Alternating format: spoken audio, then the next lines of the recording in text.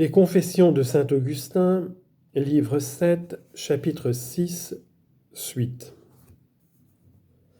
Ayant entendu cette histoire et l'ayant crue parce que celui qui la racontait était très digne de foi, ce qui me restait de doute fut éclairci et toute ma résistance fut vaincue. La première chose que je fis ensuite fut de tâcher à guérir même l'esprit de Firmin de cette curiosité si vaine, lui représentant pour cela qu'en considérant la figure de sa nativité, j'aurais dû, pour lui dire vrai, y remarquer que ses parents étaient des principaux de leur province et tenaient un grand rang de leur ville, qu'il était fort bien né, qu'il avait été élevé avec grand soin et instruit dans les belles lettres. Que si ce serviteur fût venu me consulter et me faire voir que les mêmes constellations avaient présidé à sa naissance, puisque, selon qu'il m'en avait rapporté lui-même, il ne pouvait y en avoir eu d'autres, il eût fallu que, pour lui dire la vérité, j'y eusse reconnu qu'il était né d'une famille très basse et d'une condition servile, et que toutes les autres circonstances de sa fortune étaient très différentes et très éloignées de celles que j'eusse dû avoir remarquées auparavant. Or, comment aurais-je pu, n'ayant que les mêmes astres à consulter dans ces deux nativités, ne répondre diverses choses,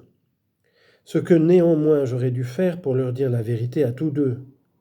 puisque, si je leur avais voulu dire à tous deux les mêmes choses, comme l'inspection des astres m'y obligeait,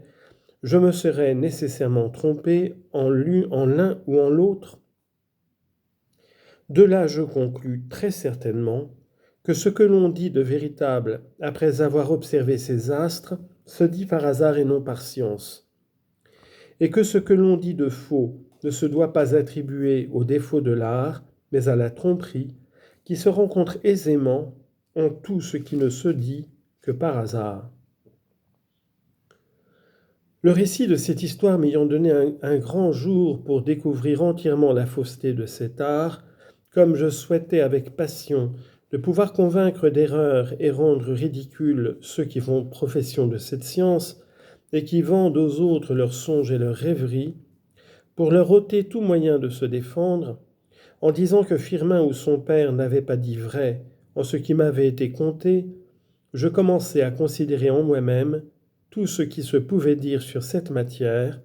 et à faire particulièrement réflexion sur l'exemple de deux jumeaux,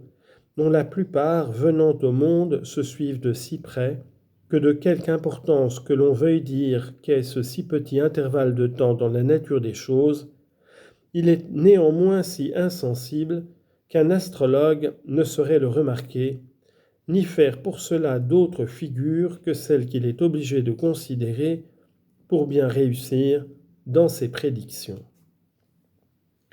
Et néanmoins, ces prédictions ne se trouvaient pas véritables, puisqu'en observant deux figures tout à fait semblables, il aurait dû dire les mêmes choses d'Ésaü et de Jacob, dont la vie ayant été si différente, ces mêmes choses qu'il aurait prédites se seraient par conséquent trouvées fausses. Ou s'il prédisait véritablement les événements de leur vie, il ne dirait donc pas les mêmes choses de tous les deux, quoiqu'il ne pût voir que les mêmes dans les figures de la nativité de l'un et de l'autre. Et ainsi ce serait par hasard et non par science qu'il dirait vrai.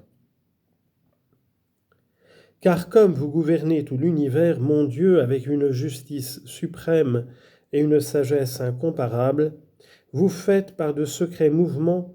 que, sans que ces astrologues, ni ceux qui les consultent, sachent ce qui se passe chez eux,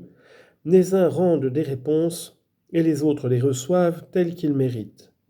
selon la corruption qui est cachée dans le fond des âmes et l'abîme impénétrable de vos jugements. Et que l'homme ne soit pas si hardi, mon Dieu, que de vous demander « Qu'est-ce que cela et pourquoi cela ?» Qu'il se garde bien de vous le demander, puisqu'il est homme, et par conséquent incapable de pénétrer les secrets de votre admirable conduite.